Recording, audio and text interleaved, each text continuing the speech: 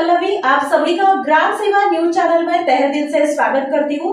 ग्राम सेवा news channel Maharashtra में Bhiwandi, Shirdi, Surat, Nashik, Solapur, Bangalore in सभी शहरों में गुजराती के साथ साथ मराठी, तेलुगु और हिंदी माध्यम के द्वारा प्रसिद्ध हुए।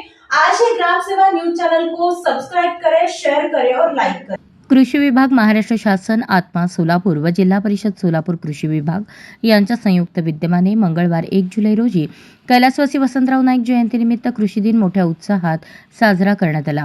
हा कार्यक्रम जिल्हा परिषदेच्या यशवंतराव चव्हाण सभागृहात सकाळी 9:30 वाजता पार पडला। कार्यक्रमाचे प्रमुख पाहुणे म्हणून जिल्हा कृषी अधीक्षक शुक्राचार्य भोसले, प्रकल्प संचालक आत्मा कांतप्पा खोत, कृषी विकास अधिकारी हरिदास हावळे उपस्थित होते।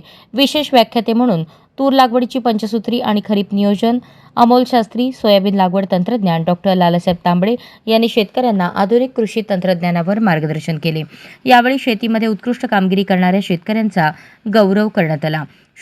शुक्राचार्य भोसले यांनी अध्यक्ष भाषणातून आधुनिक कृषी पद्धती, तण नियंत्रण, योग्य खत वापर व कमी खर्चात अधिक उत्पादन घेण्याच्या संधी यावर सखोल मार्गदर्शन केले।